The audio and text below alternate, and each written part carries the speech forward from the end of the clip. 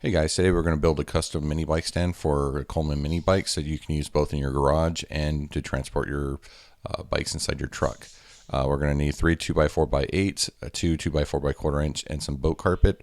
Also, we're going to need a miter saw, drill with 1/8 inch drill bit, impact driver, T20 bit, utility knife, measuring tape, square, pencil, hammer, decking screws, staple gun with 9/16 inch staples. We also have here the quick instructions on how you're going to maximize your three 2x4s so that you use them as efficiently as possible. So just get started. Here's me cutting off the rough edges. So we're going to do our 5/30 inch cuts using those three 2x4x8s, and go ahead and write them on. I write it on my first board because that's my master board that we'll use to basically duplicate and create the same cut over and over again so that it's always the same size. And I'll try to just go back and forth and show you guys when I'm doing that. So I always cut off the edge. Usually it's a rough cut at the edge of the 2x4, showing how I'm cutting on the inside of the cut so that, or I'm sorry, on the outside of the cut so it matches every single time exactly the same. You just want to get as close as possible. I'm always double checking. So now I got to do my 14-inch cuts here. This is going by a lot faster than I thought it would, but I don't think you guys want to watch this any slower than it's going. So I'm trying to keep the scrap to a minimum. I've actually gone through and created this design, both maximizing the wood usage that I have, plus creating a room for me to get my drill in when I need to drill it, and also just making sure that it holds the bike the best way possible with maximizing space between the two bikes. So I'm just going to go ahead and keep cutting here. Keeping my pile of boards up, and like I said, I'll just keep showing where each step that I do. So now I have the 6-inch cuts here. So I'm gonna actually, since this part you could actually have extra 6-inch cuts left, I actually cut more, and it's because that occasionally you'll get a knot right in the middle of one of these, so you just want to cut as many of these as you can and then throw out the one that doesn't work. Here I'm going to show my waste here. As you can see, it's very little waste out of those three 2x4s, which is what we're hoping for. I also cut the hobby board here at 11 inches because you need two of those sandwiched together in order to build up the back where it holds it to fill the slight angle that there is on the bikes. So when I go ahead and I do this part, since I'm working by myself, I always suggest pre-drilling everything and dropping your screws in before you start, because you're not going to have anybody to hand you screws or anything like that. You can work with two people and then you don't have to do it this way, but this is my preferable way of doing it when I'm working by myself because it goes much faster. I apologize for the birds. They were quiet all day until I started recording this video. They must hear me. But anyways, so I start building one side at a time using the impact driver. I prefer using 3-inch decking screws here, and they're stainless steel epoxy coated. So they're just going to last pretty much forever. I've built quite a few of these, and I've gone ahead and just keep making the design more and more efficient. So you'll see here I finished that one side, and it just kind of moving along. Most of the time what I'll do is I'll build one side, one screw on one side, and then go to the other side. But with this, everything was cut so straight that I could just do 2 screws at a time and just keep moving along. When I do the 3-bike version of this, I like to use 3 screws per side, but for 2 bikes, 2 should be plenty. Torx head is, like I said, I prefer those because they really are held much better by the impact. So doing the same thing here. Now they have my both sides built. I'm going to use my 14-inch sides to use as basically as no, I don't want to say gussets, but they're used as spacers between the two sides to build the gap between the two where it actually will be held. Sorry, I'm doing this straight through. 10 minutes of talking straightforward straight through is pretty hard. So I start by doing both sides to make sure it's even. You want to work on an even surface as much as possible here so that it makes it much easier. So now I'm doing the 2 top supports. You could probably get away with one, but since I'm maximizing the amount of wood I have, I might as well use both. As long as you keep everything true and square, everything should go together pretty straight here. Now that I have the 2 sides together, I'll go ahead and put on the, this is technically the front support. I have it turned around towards me, and I probably shouldn't have done this way because I end up putting the offset on the wrong side because I have it backwards to myself, which was kind of dumb. But we're basically sistering two boards together, and it creates even more support, and it makes it much better for holding the weight. So I even ride it back and put it on the wrong side. The 2-inch offset is to clear the room that's needed to clear the kickstand for the mini bike.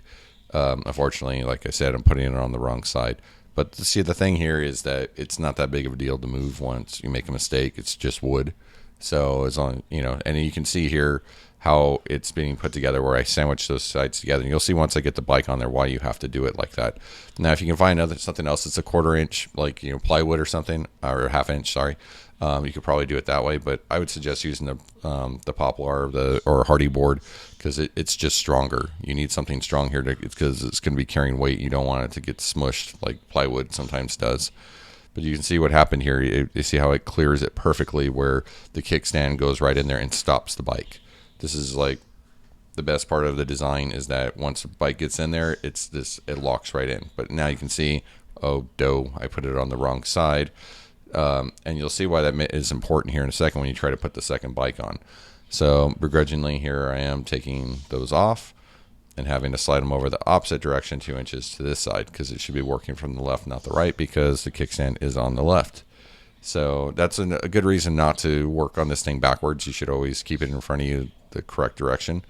But now you'll see here, of course now I didn't put it on as smoothly, but it goes on there pretty easily.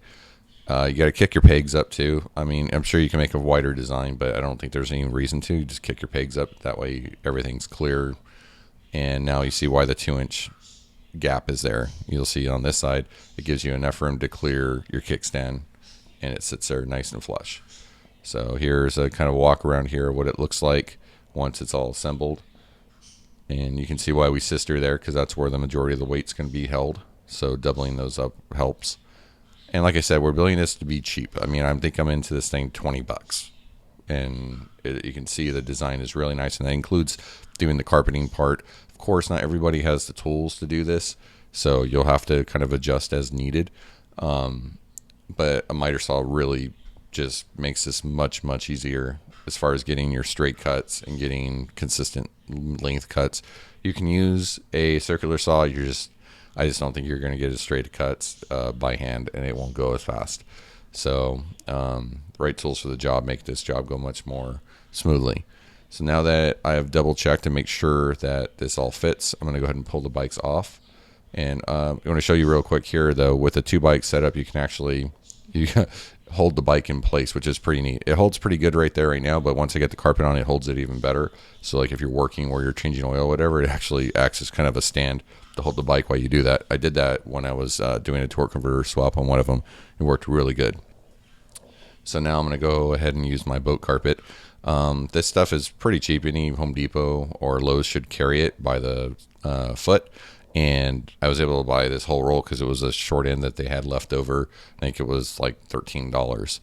And as you can see, the main reason I like it is that it's technically oil resistant and water resistant. So, and it's you can stretch it really easy.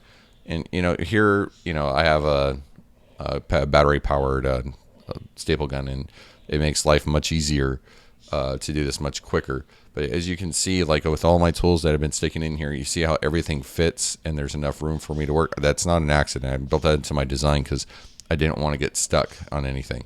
And like I said, this doesn't have to be the prettiest thing. I'm using 9/16 inch T10 staples, and then I shoot them in. And even if they don't go all the way in, it doesn't matter because you just keep your hammer with you, and you go back through it with your hammer and just lay all your staples down. And then, so you can see I'm just tucking and cutting the edges.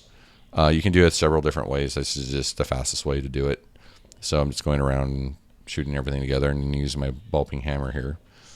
I don't know. I find it easiest to use for this kind of work. It's light and it has the most impact for its size. So I'm just going around and just verifying that everything is held down nicely.